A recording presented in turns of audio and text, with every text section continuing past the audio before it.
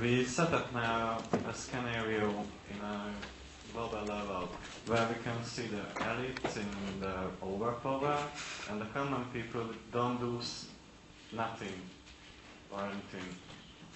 The common people? Yeah, or the local common people won't able to do anything. Cause the media, cause the life forms, cause anyway. And there's a movement, we are the activists, and what can we do? What's the difference between the internet communications and the direct action? Well, first of all, the role of activists is not just direct action. I mean, direct action has its place, but the direct action, by direct action you mean like sort of demonstrations or breaking windows or whatever, that has its place, but its role is education. It's a tactic. It's neither good nor bad in itself. It's just a tactic.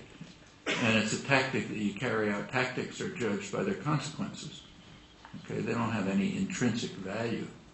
You ask them, they're good tactics, or they lead to good consequences, otherwise they're bad tactics. But direct action in itself is not has no value. If it is a way of leading to good consequences, yeah, it has value. Well, what are the consequences? The consequences are education and organization.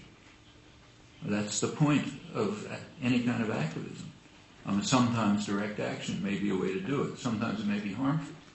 That's what you have to ask. What about other techniques like consciousness-raising groups, or working wherever you happen to be to try to get people organized to take control of their own little part of the world, whatever it may be, in a workplace or a community or a family or anything else? Well, that's another kind of activism. Organizing groups to join the World Social Forum is another kind. Planning on this differs in different countries, but in the United States, one crucial and important kind of activism is simply anti-corporate activism. For the first time ever in the United States, and it's important, there's the beginnings of a movement to try to dismantle corporations. They are illegitimate institutions. They have no right to exist.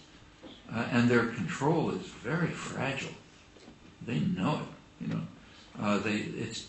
It's in principle easy to eliminate them and dismantle them. They understand it. And a large part of the corporate effort to appear benevolent, like give away cheap drugs to the poor and this sort of thing, is an effort to make sure that the population, actually you can read it in court decisions, right? They advise them to act benevolent so that an aroused population will not take away their rights, which are artificial rights. Well, for the first time there's the beginnings of some kind of consciousness about that, and groups organizing to do something about it, and little parts of the country which are preventing corporations from functioning and so on. Those could grow into very powerful movements.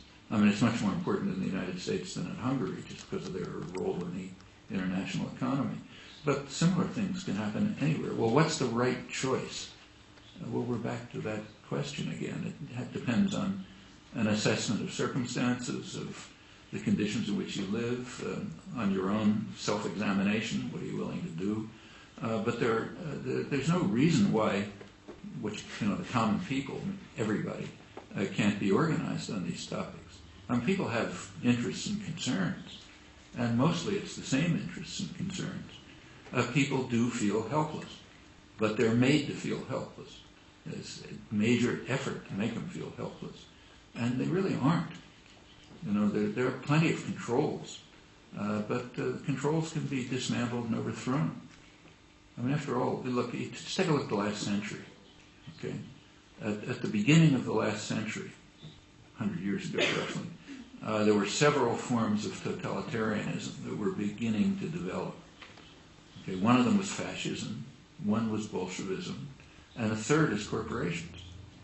They are all forms of totalitarianism. In fact, they come from the same intellectual roots. They all come from neo-Hegelian ideas about the rights of big organizations over the rights of individuals. And in fact, progressives supported all of them. Supported corporatism, supported Bolshevism, and supported fascism. Mussolini in particular had plenty of progressive support, because they all believed in the same ideas. Well, of those three forms of totalitarianism, two have been overcome. The third has extended. But the third is the weakest of all. I mean, it's held together just by propaganda, not by force. They don't have torture chambers. They don't have secret police. They have plenty of modes of control, but it's much more fragile. And there's no reason why the general population of the world can't overthrow those, the third one. But of course, you have to be aware of it in the first place. People aren't aware. And then you've got to begin to act at whatever scale you can act and turn into major social movements. Well, that would be a social revolution, major.